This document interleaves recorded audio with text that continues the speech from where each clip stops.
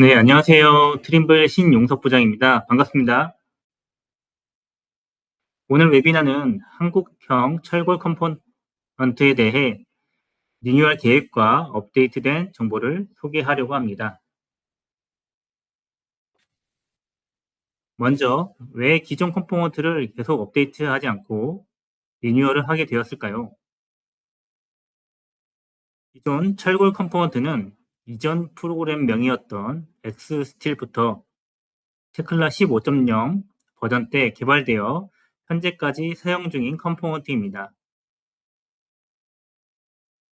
현재 테클라에서 제공되는 API 개발 방식과는 다릅니다. 개발 환경이 변화함에 따라 사용성을 향상시키고 피드백 반영 시간 및 유지 관리 향상 목적을 가지고 사용자들의 피드백을 적극 반영할 수 있도록 리뉴얼을 계획하게 되었습니다. 한국형 철골 컴포넌트들은 무엇이 있는지 한번 알아보도록 하겠습니다.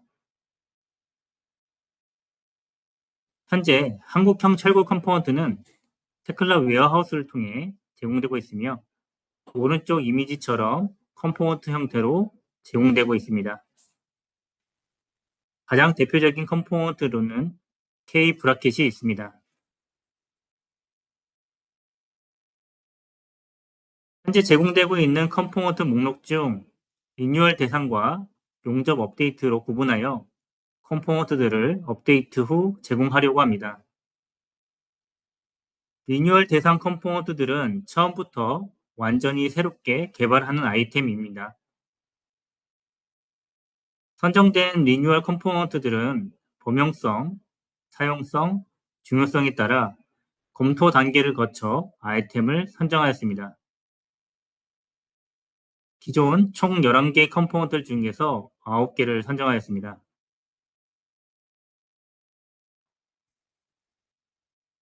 작년 4분기에 한국형 철거 컴포넌트들을 리뉴얼해야겠다라는 계획을 하였고 이에 따른 개발 항목을 선정하였습니다.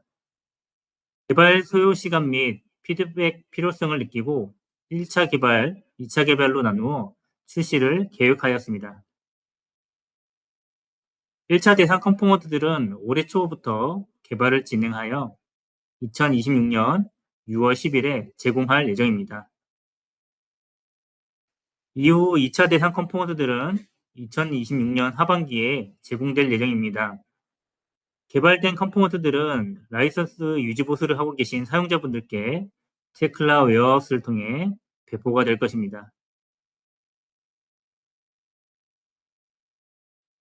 1차 개발 컴포넌트는 3가지 K 브라켓, K 쉐어, K 베이스 플레이트입니다. 1차 개발된 컴포넌트들에 대해 업데이트된 내용을 살펴보도록 하겠습니다. 먼저 현업에서 가장 많이 사용되는 K 브라켓입니다. 기존에 많은 고객분들께서 업데이트 요청하셨는데요. 드디어 이번에 업데이트 요청하셨던 문제들을 반영하여 해결하였습니다. 첫 번째, 보조 부재가 예각 또는 경사일 때 스티프너가 범위를 벗어나 생성되는 문제를 업데이트하였습니다.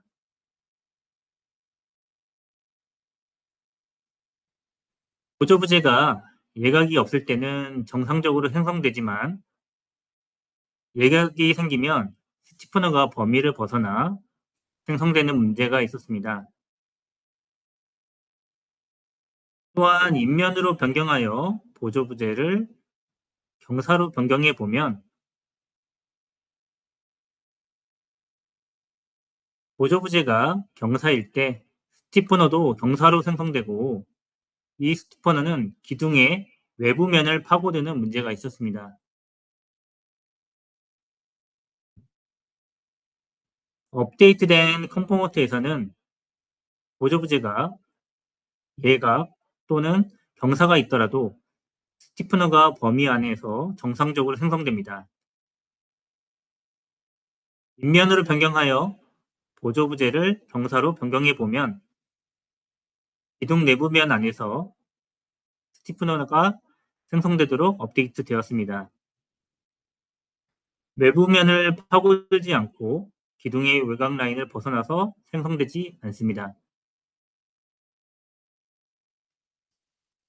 두 번째, 보조부재의 길이가 브래켓 길이와 같거나 짧을 때 보조부재가 반대로 이동되는 문제를 업데이트하였습니다.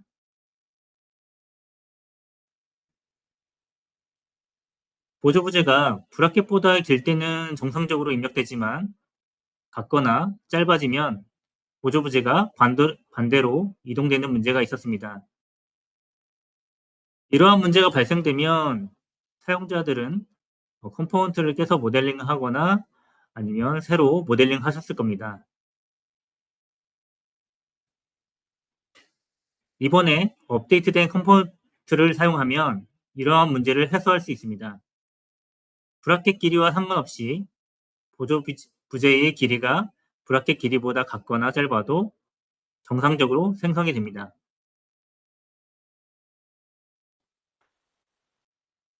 세 번째, 용접 물량을 산출하고자 하는 많은 업체분들이 계셨을 텐데요. 이전 컴포넌트는 어셈블리화하기 위한 용접이고 용접 모델이 형상으로 보이지 않아 이번에 용접을 업데이트하였습니다. 이전 개발 방법으로는 용접 마크는 생성되지만 용접 모델을 표현할 수 없습니다. 간혹 하이 버전에서는 용접 대신 커팅으로도 개선을 표현해서 많이들 사용하셨을 겁니다.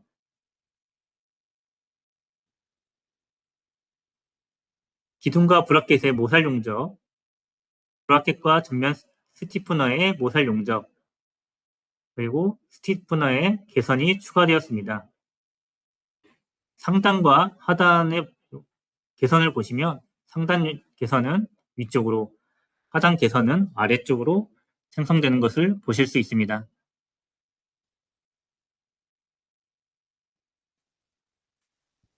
다음은 K 쉐어입니다. 기존 컴포넌트 이름은 K2 쉐어이었습니다. 명칭을 변경한 이유는 쉐어 타입이 2 쉐어뿐만 아니라 1 쉐어 타입에도 제공하도록 업데이트되었습니다. 기존 컴포넌트는 2 쉐어만 생성이 가능했습니다. 별도의 옵션이 없기 때문에 내가 거세 플레이트를 한쪽만 생성하고자 했어도 불가능했습니다. 업데이트된 K-쉐어는 거세 플레이트 방향을 통해 제어하실 수 있습니다. 왼쪽 및 오른쪽을 선택을 하면 거세 플레이트가 하나만 생성되고 모두를 선택하면 거세 플레이트가 2개가 생성이 됩니다.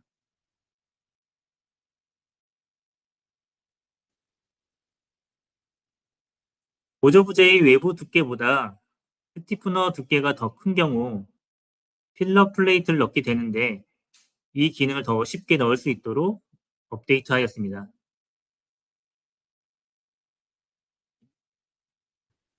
기존 컴포넌트는 더블 필러, 싱글 필러가 제공되지만 싱글 필러의 경우 필러의 방향을 지정할 수 없었습니다.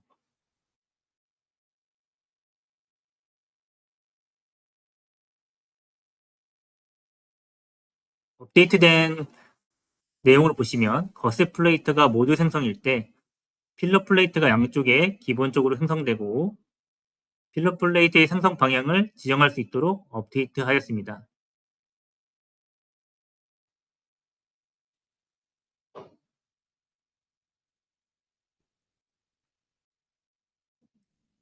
스티프너의 용접이 생성되도록 업데이트가 되었습니다. 기존 컴포넌트는 용접 입력창이 있지만 용접 마크가 표현되고 용접 모델로는 표현되지 않습니다. K 브라켓과 마찬가지로 어셈블리화 목적으로 사용되어 왔습니다.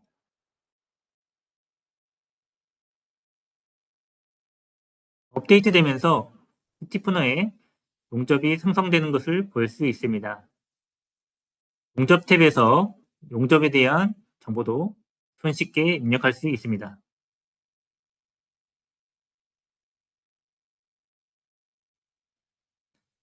다음은 K 베이스 플레이트입니다.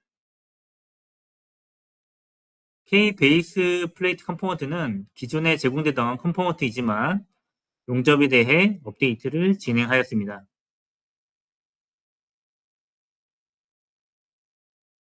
업데이트 전에는 용접이 용접 부위 전체에 생성되고 있었습니다. 특히 기둥과 베이스 플레이트 간의 용접도 전체적으로 생성이 되었습니다.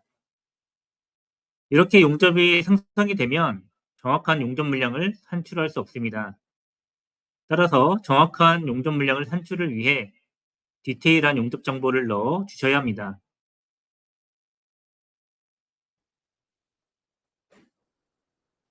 업데이트 후에는 가장자리에만 생성되도록 변경되었습니다. 기둥과 베이스 플레이트 간의 용접도 각 면마다 용접이 생성되는 걸 볼 수 있고, 메인 부재의 라운드 값을 기준으로 해서 라운드 부분은 용접이 생성되지 않도록 업데이트하였습니다.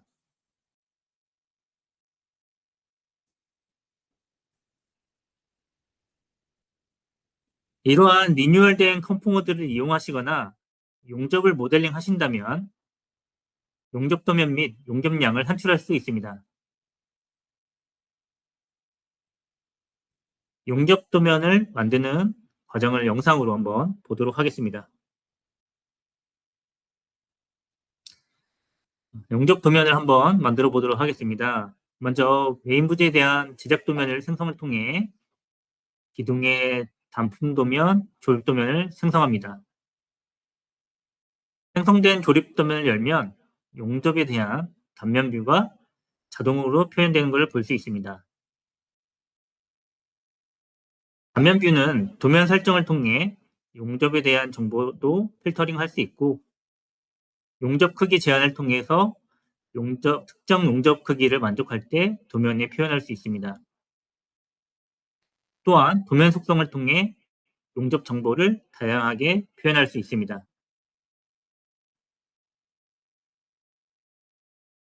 다음으로는 용접 모델을 통해서 용접량을 산출을 해보도록 하겠습니다. 현재 클레이는 레포트에 보시면 용접량 산출을 위한 4가지 레포트가 존재를 합니다. 네, 기본적인 용접 리스트, 상세, 에러, 요약 레포트가 존재를 하고요. 먼저 용접 리스트에 대한 정보를 생성해 보면 용접에 대한 기본 정보 및 개별 용접 물량, 그리고 전체 용접에 대한 물량 합계를 확인해 보실 수 있습니다. 다음으로는 용접 리스트 상세를 보면 방금 전에 생성했던 용접 리스트와 비슷하지만 추가적으로 용접 아이디 정보를 확인해 보실 수 있습니다. 이러한 용접 아이디를 통해 해당되는 용접이 어느 용접인지를 모델에서 직접 찾아보실 수 있습니다.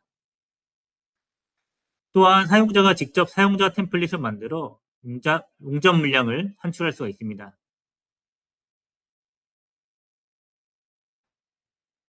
마지막으로 기존 컴포넌트에서 사용하셨던 불편한 점이나 새로 필요한 내용이 있으시면 한국서비스팀 기술점 메일로 피드백을 보내주시면 더욱더 향상된 컴포넌트를 만나보실 수 있습니다.